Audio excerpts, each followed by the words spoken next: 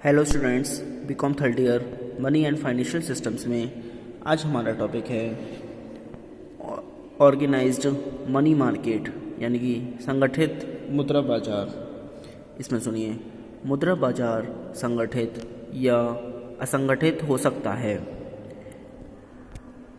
एक संगठित मुद्रा बाजार में फर्स्ट जितनी ऋण देने वाली संस्थाएं होती हैं उन सब में ऋण देने की रीति, ब्याज की दर, जमानत आदि के संबंध में सहयोग होता है, अर्थात उनकी रीतियों में समानता रहती है। नंबर सेकंड, उनमें आपसी लेन देन बहुत होता है। और नंबर थर्ड, ये संस्थाएं प्रायः किसी केंद्रीय संस्था से संबंधित रहती हैं, जिससे इन्हें समय समय पर आर्थिक सहयोग मिलता है।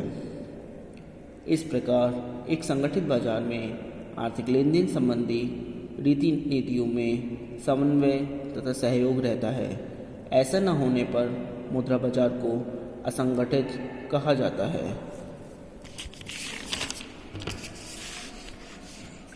अब आता है merits of organised money market यानी कि संगठित मुद्रा बाजार के गुण।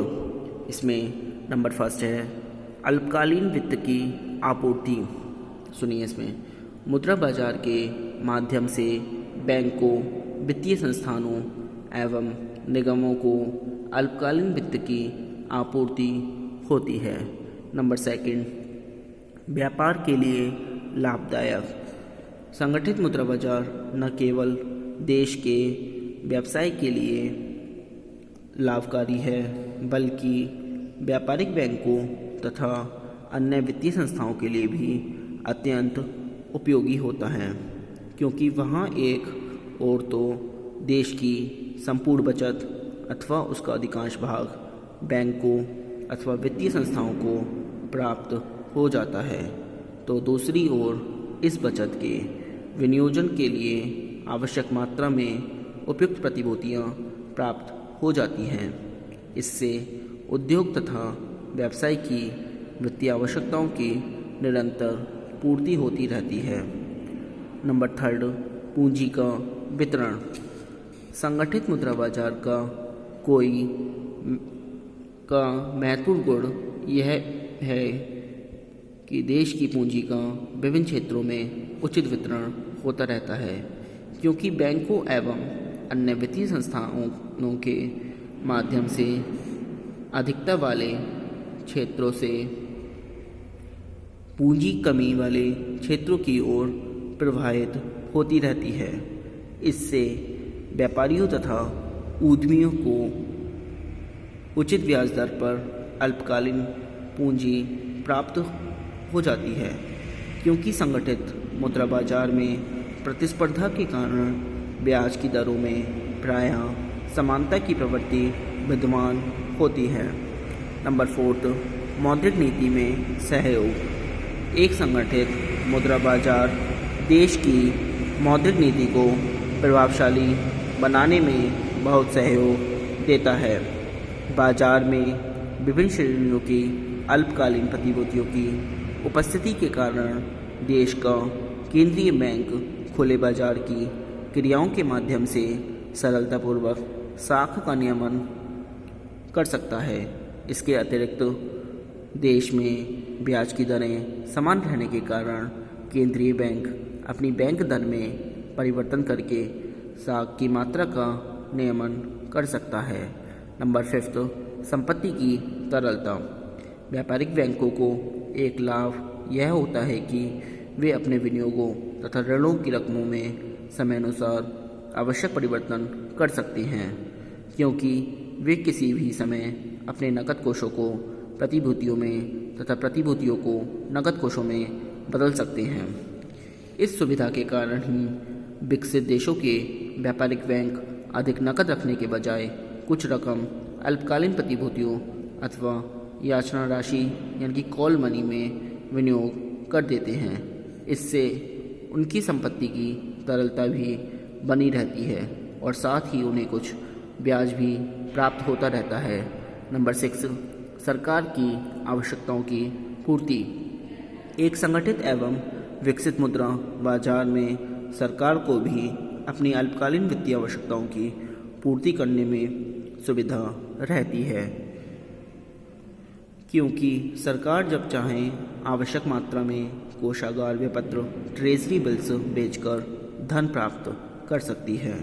इन विपत्रों को व्यापारिक बैंक तथा अन्य वित्तीय संस्थाएं खरीदती हैं, क्योंकि यह विपत्र अल्पकालीन होने के कारण अत्यधिक तरल एवं विकासशील होते हैं और इनसे पर्याप्त आय भी प्राप्त हो जाती है। नंबर 7, अर्थव्यवस्था का सूचक यंत्र। संगठित मुद्रा बाजार देश की संपूर्ण अर्थव्यवस्था का सूचक यंत्र होता है, क्योंकि ऐसे मुद्रा बाजार में ब्याज की दरों अथवा प्रतिभूतियों के मूल्य में होने वाले परिवर्तन देश की आर्थिक प्रगति के सूचक होते हैं और सरकार तदनुसार ही अपनी आर्थिक नीति में संशोधन अथवा परिवर्तन कर सकती है। कभी कभी सरकार मुद्रा बाजार को ही अपनी आर्थिक नीति के अनुसार ढालने का प्रयत्न करती है। इसमें सफलता तभी प्राप्त हो सकती है जबकि मुद्रा बाजार व्यवस्थित एवं सुसंगठित हो। अब आती हैं characteristics of the Indian money market, यानी कि भारतीय मुद्रा बाजार की विशेषताएं। इसमें नंबर 1 है भारतीय मुद्रा बाजार की सबसे महत्वपूर्ण विशेषता इसकी द्विशासिता यानी कि डिक्टोमी है। इसका अर्थ यह है कि इसके दो स्पष्ट भिन्न अंग हैं तथा एक संगठित है और दूसरा असंगठित। सेकंड है संगठित भाग में रिजर्व बैंक, स्टेट बैंक, वाणिज्यिक बैंक, विकास बैंक, विदेशी बैंक तथा अन्य भारतीय बैंक हैं। अर्ध सरकारी तथा अन्य सम्मिलित पूंजी वाली कंपनियां भी संगठित मुद्रा बाजार में ऋण संबंधी लेन देन की क्रियाओं में भाग लेती हैं। प्रतिभूतियों अथवा कोषागार विपत्रों ट्रेजरी बिल्स का क्रय विक्रय दलालों के माध्यम से होता है। नंबर 3 आता है असंगठित बाजार में साहूकारों अथवा देशी बैंकरों का प्रभुत्व है। इसकी हुंडियों से यह जानना कठिन है कि वे व्यापारिक हैं अथवा केवल आर्थिक सहायता देने हेतु लिखी गई हैं। इसलिए बहुत कम बैंक इन हुंडियों में लेन देन करते हैं। इसमें मुल्तानी हुंडियाँ अपवाद हैं, क्योंकि प्रायः सभी बैंक इन हुंडियों में व्यवसाय करते हैं।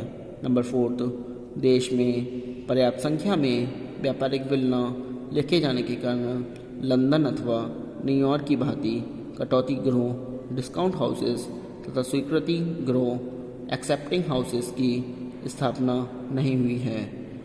इतना होने पर भी भारतीय मुद्रा बाजार सर्वथा अव्यवस्थित नहीं है, क्योंकि सुप्रसिद्ध देशी बैंकरों को स्टेट बैंक से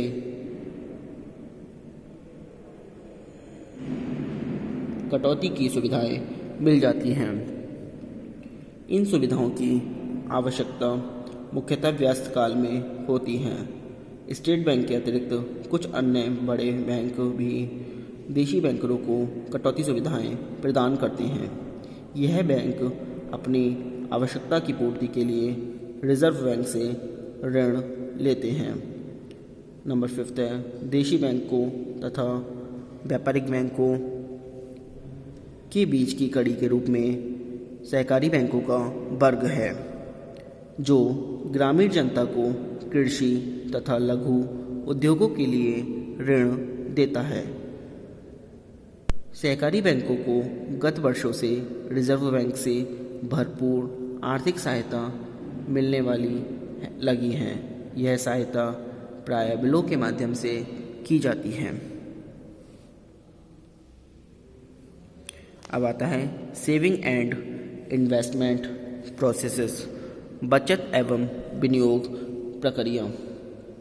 सुनिए, इसमें निजी व्यक्ति, निगम एवं सरकार बचतों का अनुकूलतम उपयोग करने का प्रयास करते हैं। कुछ अपनी बचतों का उपयोग पुराने ऋणों का भुगतान करने के लिए करते हैं ताकि उनकी बैलेंस शीट सुधर जाए। यदि चालू ब्याज दर निवेश हेतु अधिक है पुराने ऋण की ब्याज दर से, तब व्यक्ति पुराने ऋण के भुगतान को टाल देगा।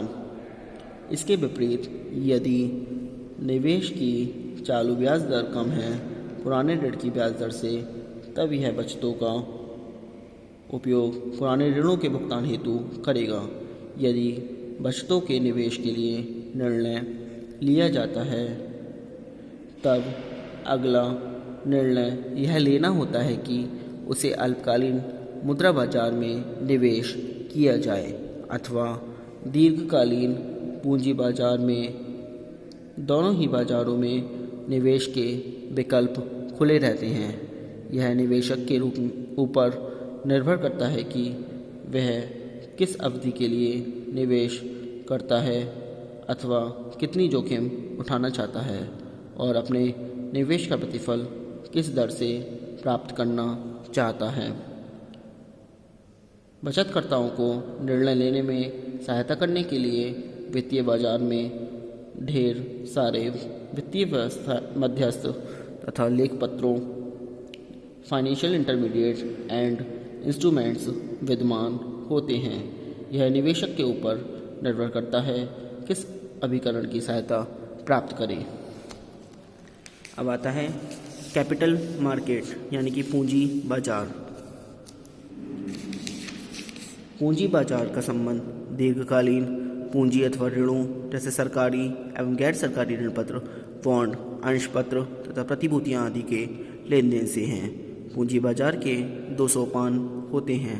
प्रथम नई प्रतिभूतियों के निगम से संबंधित है, जिसे प्राइमरी मार्केट कहा जाता है, तथा द्वितीय वर्तमान के प्रतिभूतियों में अस्तित्व में रहने वाली को खरीद एवं बिक्री से संबंधित है। बात का हम नेक्स्ट वीडियो में बताएंगे। आज के लिए इतना ही। Thank you very much.